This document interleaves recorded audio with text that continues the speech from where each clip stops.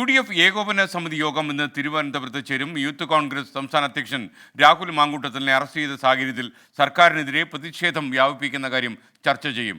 Budget സമ്മേളനത്തിൽ നിയമസഭയിൽ സ്വീകരിക്കേണ്ട നിലപാട് യോഗത്തിൽ ചർച്ചയ്ക്ക് വരും. അല്ലമീൻ ചേരുന്നു തിരുവനന്തപുരത്ത്. Allameen, good morning. പറയൂ കൂടുതൽ വിശദാംശങ്ങൾ, അപ്ഡേറ്റ്. പ്രധാനമായും ലോക്സഭാ തെരഞ്ഞെടുപ്പുമായി ബന്ധപ്പെട്ട ഒരുക്കങ്ങൾ വിലയിരുത്തുന്നതിനാണ് UDFന്റെ ഏകോപന സമിതി യോഗം ഇന്ന് നേരത്തെ തന്നെ നിശ്ചയിച്ചിരുന്നത്. അതിൽ ഘടകകക്ഷികളുമായുള്ള സീറ്റ് വിഭജനം ഉൾപ്പെടെ ചർച്ചയായിരിക്കും. ഇതിൽ ഏറ്റവും പ്രധാനം മുസ്ലിം ലീഗ് 3 സീറ്റ് എന്ന ആവശ്യം ഉന്നയിച്ചിട്ടുണ്ട്. അതോടൊപ്പം കേരള കോൺഗ്രസ് ജോസഫ് വിഭാഗം കോട്ടയം സീറ്റിന് അവകാശവാദം ഉന്നയിക്കുകയും ചെയ്തിട്ടുണ്ട്.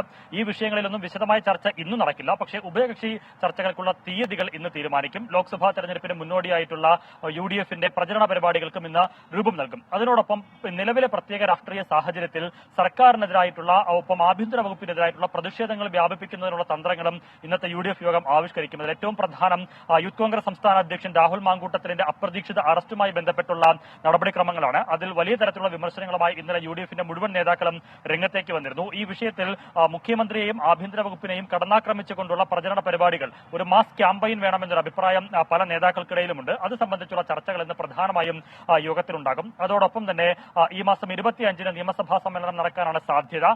ഏതായാലും ചേരാനിരിക്കുന്ന ബജറ്റ് സമ്മേളനത്തിൽ സ്വീകരിക്കേണ്ട അടവ് നയങ്ങൾ ഉൾപ്പെടെ പ്രതിപക്ഷം ചർച്ച ചെയ്യും. പ്രത്യേകിച്ച് ഗവർണറുടെ നയപ്രഖ്യാപന പ്രസംഗത്തോടു കൂടിയാണ് ഈ സഭാ സമ്മേളനം ആരംഭിക്കേണ്ടത്. സർക്കാർ ഗവർണർ പോര് അതിന്റെ ഉച്ചസ്ഥായിയിൽ നിൽക്കുന്ന സാഹചര്യത്തിൽ പലപ്പോഴും അവർ തമ്മിൽ കോംപ്രമൈസ് ചെയ്യുന്നു എന്നുള്ളത് പ്രതിപക്ഷം ആരോപണമായി ഉന്നയിച്ചിരുന്നു. എന്ന് മാത്രമല്ല, ഇത്തരം തർക്കങ്ങൾ മൂർജിച്ചു നിന്ന ഒരു ഘട്ടത്തിൽ നിയമസഭയിൽ ഗവർണറെ തിരിച്ചു വിളിക്കണമെന്നാവശ്യപ്പെട്ടുള്ള പ്രമേയവും UDF കൊണ്ടുവന്നതാണ്.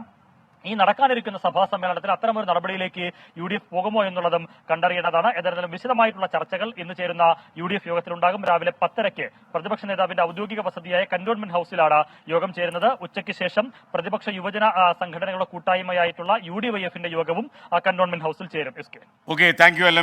ലോകത്തെവിടെയായാലും ഏത് സമയത്തും 24 വാർത്തകളും ഓഗ്മെന്റഡ് റിയാലിറ്റി പാക്കേജുകളും എക്സ്പ്ലെയിനറുകളും വിശദമായി കാണാൻ ഞങ്ങളുടെ YouTube ചാനൽ നിങ്ങൾക്ക് സബ്സ്ക്രൈബ് ചെയ്യാം.